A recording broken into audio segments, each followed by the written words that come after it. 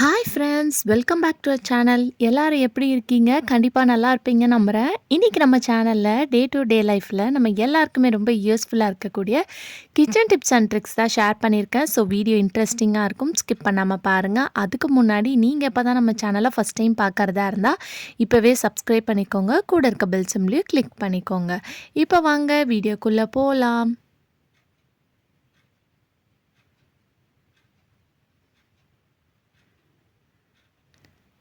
First இப்போ என்னென்னு பார்க்கலாம். இந்த மாதிரி ஒயிட் ஷர்ட் வந்து பசங்கள்தான் இருந்தாலும் பெரியவங்க யூஸ் பண்ணுற ஷர்ட்லேயும் காலரில் வந்து பார்த்திங்கன்னா ரொம்ப வந்து அழுக்கு படிஞ்சிருக்கும். அதை வந்து டேரெக்டாக நம்ம வாஷிங் மிஷினில் போட்டோன்னா அந்த காலரில் இருக்கக்கூடிய அழுக்கு வந்து பார்த்திங்கன்னா அவ்வளோவா வந்து போகாது. ஸோ அதுக்கு இந்த டிப்பை வந்து ட்ரை பண்ணிக்கோங்க. அதுக்கு வந்து நான் கோல்கேட் பேஸ்ட்டு தான் எடுத்திருக்கேன். இப்போ இந்த பேஸ்ட்டை வந்து ஃபுல்லாக அந்த காலரில் அப்ளை பண்ணி விட்டுக்கோங்க. அப்ளை பண்ணிவிட்டு கொஞ்சமாக வந்து வினிகர் வந்து சேர்த்துக்கோங்க. வினிகர் இல்லை லெமன் ஜூஸ் இருந்தால் கூட நீங்கள் சேர்த்துக்கலாம். பசங்க யூஸ் பண்ணுற ஒயிட் ஷர்ட்டில் ரொம்ப கரையாக இருக்கும் இல்லையா?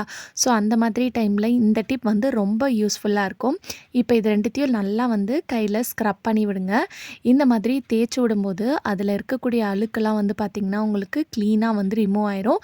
ஸோ அதுக்கப்புறம் நீங்கள் இதை வாஷிங் மிஷினில் போட்டு நீங்கள் வாஷ் பண்ணிக்கலாம். நான் உங்களுக்கு இதை வந்து தண்ணி ஊற்றி வாஷ் பண்ணி காட்டுறேன் பாருங்கள். ஸோ உங்களுக்கு இதை போட்டு நீங்கள் ஸ்க்ரப் பண்ணி தேய்ச்சி விட்டோடனே நல்லா காலர் வந்து உங்களுக்கு நீட்டாயிரும். அந்த அளவுக்கு வந்து பார்த்திங்கன்னா அழுக்கு இருக்காது. ஸோ இதுக்கப்புறம் நீங்கள் வாஷிங் மிஷினில் போட்டு துவைக்கும் போது நல்லா பளிச்சுன்னு மாறிடும். ஸோ மோஸ்ட்லி வந்து பசங்க வந்து ஸ்கூலுக்கு வந்து ஒயிட் ஷர்ட்லாம் யூஸ் பண்ணுறாங்க, காலரில் மொத்தமாக ரொம்ப அழுக்காக இருக்குன்னா கண்டிப்பாக இந்த டிப் யூஸ்ஃபுல்லாக இருக்கும். ட்ரை பண்ணி பாருங்கள். அடுத்த டிப் என்னென்னு பார்க்கலாம். நம்ம வீட்டில் இந்த மாதிரி ஸ்விட்ச் போர்டு இருக்கும். அதுவும் அந்த ஸ்விட்ச் போர்டு வந்து பார்த்திங்கன்னா கீழே வந்து இருக்கும். சம்டைம்ஸ் பசங்க கை எட்டுற தூரத்தில் இருந்துச்சுன்னா இந்த கேப்பில் வந்து உள்ளே வந்து பசங்க கை விடுவாங்க.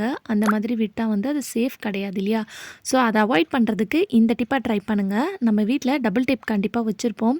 இந்த டபுள் டேப்பை வந்து அந்த சைஸ்க்கு ஏற்ற மாதிரி குட்டி குட்டியாக கட் பண்ணி எடுத்துக்கோங்க. இப்போ இதை அந்த ஹோல்ஸில் இந்த மாதிரி ஒட்டி விடுங்க. இந்த மாதிரி ஒட்டி வச்சிட்டிங்கன்னா ஸோ நீங்கள் அவாய்ட் பண்ணிக்கலாம். அது மட்டும் இல்லாமல் நீங்கள் யூஸ் பண்ணும்போது அதை எடுத்துகிட்டு திருப்பி வந்து நீங்கள் யூஸ் பண்ணிக்கலாம். கண்டிப்பாக இந்த டிப் ரொம்ப யூஸ்ஃபுல்லாக இருக்கும். ட்ரை பண்ணி பாருங்கள்.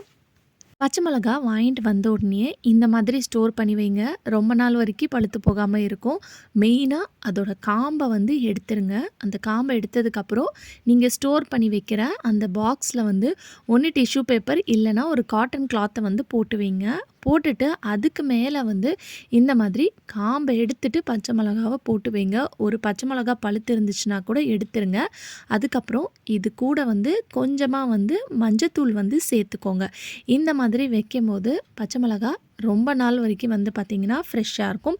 வழக்கமாக இருக்கிறத விட இன்னும் கூட கொஞ்சம் அதிக நாளுக்கு வந்து பார்த்திங்கன்னா ஃப்ரெஷ்ஷாக இருக்கும். இந்த மாதிரி மஞ்சத்தூள் சேர்த்து வச்சிங்கன்னா மஞ்சத்தூள் சேர்த்துட்டு இதை வந்து நல்லா இந்த மாதிரி ஷேக் பண்ணிக்கோங்க. ஷேக் பண்ணிவிட்டு இதை நீங்கள் கண்டெய்னர் எந்த கண்டெய்னரில் வச்சுருக்கீங்களோ அது பாக்ஸை வந்து க்ளோஸ் பண்ணிவிட்டு நீங்கள் யூஸ் பண்ணிக்கலாம். இந்த பாக்ஸ் வந்து பார்த்திங்கன்னா 3 கம்பார்ட்மெண்ட் இருக்கக்கூடியது. ஸோ இது ஒன்று எடுத்தால் போதும். நீங்கள் இதிலேயே வந்து கறி லீவ்ஸ், கொரியாண்டர், அதுக்கப்புறம் பச்சை மிளகா எல்லாமே எடுத்துக்கலாம். இந்த ப்ராடக்டோட லிங்க் வந்து நான் டிஸ்கிரிப்ஷனில் கொடுக்குறேன், வேணுறவங்க செக் பண்ணிக்கோங்க. அடுத்ததாக வந்து நம்ம எண்ணெய் வந்து இந்த மாதிரி ஊற்றுனதுக்கப்புறம் பேலன்ஸ் இருக்கக்கூடிய அந்த பேக்கெட்டில் இருக்கிற எண்ணெயை வந்து அதில் வந்து ஃபில்டர் ஆகி வர்றதுக்காக நம்ம அப்படியே வந்து ஒரு 10-20 நிமிஷம் வச்சு விடுவோம். அந்த மாதிரி வைக்காமல் இந்த டிப்பை ட்ரை பண்ணி பாருங்கள். நம்ம கட் பண்ணியிருக்க ஆப்போசிட் சைடில் இந்த மாதிரி ஒரு 2-3 கட் வந்து கட் பண்ணி விடுங்க. ஸோ இந்த மாதிரி கட் பண்ணிவிட்டு நீங்கள் ஊற்றுனீங்கன்னா அதில் இருக்கக்கூடிய எல்லா எண்ணெயும் வந்து பார்த்திங்கன்னா உங்களுக்கு உடனே வந்து வந்துடும். ஸோ இனி வந்து ரொம்ப நேரம் வந்து நீங்கள் அந்த பேக்கெட்டை வந்து வச்சிட்ருக்கணுன்ற அவசியம் கிடையாது. ஸோ அதுக்கு ஆப்போசிட்டில் இருக்கக்கூடிய அந்த சைடில் நீங்கள் கட் பண்ணிவிட்டு இந்த மாதிரி பண்ணிங்கன்னா எல்லா எண்ணெயும் வந்து பார்த்திங்கன்னா உங்களுக்கு அழகாக வந்து வந்துடும். ஸோ கண்டிப்பாக இந்த டிப் யூஸ்ஃபுல்லாக இருக்கும். ட்ரை பண்ணி பாருங்கள். அடுத்த டிப் என்னென்னு பார்க்கலாம். நம்ம வீட்டில் பால் பாத்திரம் கழுவுறது வந்து பார்த்திங்கன்னா கொஞ்சம் கஷ்டமான வேலை தான். அதுவும் இந்த பால் பாத்திரம் அடி பிடிச்சிருச்சுன்னா ரொம்பவே கஷ்டமாக இருக்கும். இந்த மெத்தடில் ட்ரை பண்ணி பாருங்கள். ஈஸியாக வாஷ் பண்ணிடலாம். நார்மலாக வந்து நம்ம ஸ்டீல் ஸ்க்ரப்பர் தான் வாஷ் பண்ணுறதுக்கு யூஸ் பண்ணுவோம். அப்படி யூஸ் பண்ணும்போது நம்ம கையிலையும் வந்து சில பேருக்கு கீறிக்கும். அந்த ஸ்டீல் ஸ்க்ரப்பருக்குள்ளே வந்து இதோட அழுக்கெல்லாம் வந்து பார்த்திங்கன்னா போய் சேர்ந்துக்கும். ஸோ அதை நீங்கள் க்ளீன் பண்ணி வைக்கணும். அதான் நீங்கள் அதை க்ளீன் பண்ணாலுமே அதுக்குள்ளே 1-2 வந்து பார்த்திங்கன்னா இந்த பால் பாத்திரத்தில் இருக்கக்கூடிய அழுக்கு வந்து போயிடும். ஸோ அதை நீங்கள் சுடு தண்ணியில் போட்டு கொதிக்க வச்சு நல்லா ரிமூவ் பண்ணால் மட்டும்தான் போகும். அதே மாதிரி அதை வச்சு தேய்ச்சா கூட சம்டைம்ஸ் வந்து போகாது. அதுக்கு நம்ம வீட்ல மாத்திரை யூஸ் பண்ணதுக்கப்புறம் இந்த மாதிரி கொஞ்சம் ஸ்ட்ராங்கா இருக்கக்கூடிய அந்த மாத்திரை கவர் இருக்கும் பாருங்க. அத தூக்கி போடாம ஈஸியா நீங்க கிளீன் பண்ணி எடுத்துறலாம் வச்சுக்கோங்க. மாதிரி லைட்டா ஒரு ஸ்க்ரப் மட்டும் பண்ணா போதும். அதில இருக்கக்கூடிய அழுக்கு எல்லாம் வந்துரும். பால் பாத்திரம் நம்ம ஒழுங்கா வாஷ் பண்ணலனா திருப்பி திருப்பி அடி பிடிக்க தான் செய்யும். இந்த மாதிரி வேஸ்ட்டா தூக்கி போடக்கூடிய அந்த மாத்திரை கவர வச்சு நீங்க கிளீன் பண்ணும்போது அழகா அதில இருக்கக்கூடிய எல்லா லேயரும் வந்து பார்த்திங்கன்னா உங்களுக்கு ரிமூவ் பண்ணிரும். இப்ப அத நான் வந்து தண்ணி ஊத்தி வாஷ் பண்ணிட்டு காட்டுறேன் பாருங்க. எந்த ஒரு சோப்புமே நான் போடல. வெறும் தண்ணி மட்டும் ஊத்தி வாஷ் பண்ணி காட்டுறேன். இந்த மாதிரி நீங்க தண்ணி ஊத்தி வாஷ் பண்ணதுக்கப்புறம் இன்னும் பேலன்ஸ் எங்கெல்லாம் இருக்கோ அந்த இடத்துல இந்த மாத்திரை கவரை வச்சு நல்லா இந்த மாதிரி ஸ்க்ரப் பண்ணி விடுங்க. இந்த மாதிரி ஸ்க்ரப் பண்ணும்போது அழகா உங்களுக்கு அது நல்லா என்னதான் ஸ்ட்ராங்கா அடி பிடிச்சிருந்தாலும் நீங்க ஈஸியா வந்து பார்த்தீங்கன்னா அதை ரிமூவ் பண்ணி எடுத்துடலாம். ஸோ இப்போ பார்க்கும்போதே உங்களுக்கே தெரியும். இதுக்கப்புறம் நீங்க நார்மல் ஸ்க்ரப்பரை வச்சு தேய்ச்சி நீங்க வாஷ் பண்ணாலே போதும். உங்கள் பால் பாத்திரம் கையே வலிக்காமல் ஈஸியாக நீங்கள் தேய்ச்சி எடுத்துடலாம். நிறைய பேர் பால் பாத்திரம் வந்து பார்த்திங்கன்னா அடியெலாம் நம்ம பிடிச்சிரும். ஸோ அந்த மாதிரி பிடிச்சிருந்துச்சுன்னா கூட இந்த மாத்திரை கவரை வச்சு நீங்கள் யூஸ் பண்ணி பாருங்கள். ரொம்ப ஈஸியாக நீங்கள் கழுவி எடுத்துடலாம்.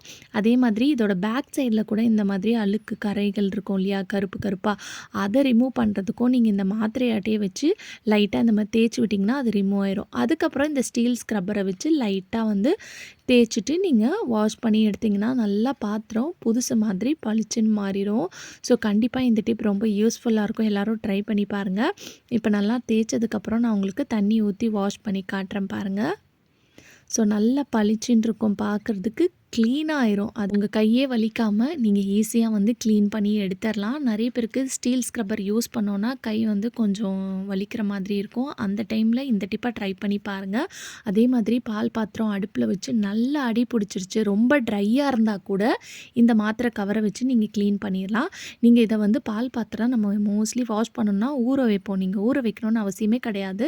லைட்டாக இந்த மாதிரி தண்ணி தெளிச்சுட்டு இந்த மாத்திரை கவர் இருக்கு இல்லையா, அதை வச்சு தேய்ச்சி விட்டாலே உங்களுக்கு அது மேலே இருக்கக்கூடிய அந்த அழுக்கு லேயர் எல்லாம் வந்து ஈஸியாக க்ளீனாக வந்து ரிமூவ் ஆயிரும்.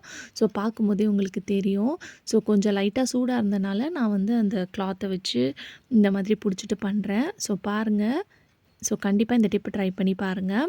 அடுத்த டிப் என்னென்னு பார்க்கலாம். தேங்காய் வந்து நம்ம மோஸ்ட்லி வந்து எப்படி ஸ்டோர் பண்ணி வைப்போம், ஒன்று கவரில் போட்டு ஸ்டோர் பண்ணுவோம், இல்லைனா எண்ணெய் தடவி வச்சு ஸ்டோர் பண்ணி வைப்போம் இல்லையா.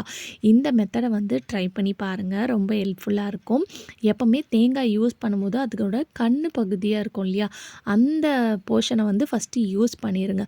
அதுக்கப்புறம் இருக்கக்கூடிய போர்ஷனை வந்து நீங்கள் இந்த மெத்தடில் ஸ்டோர் பண்ணி வச்சிங்கன்னா நீங்கள் வெளியே வச்சாலுமே வந்து ஒரு 4 நாள் வரைக்கும் வச்சு ஃப்ரெஷ்ஷாக யூஸ் பண்ணிக்கலாம்.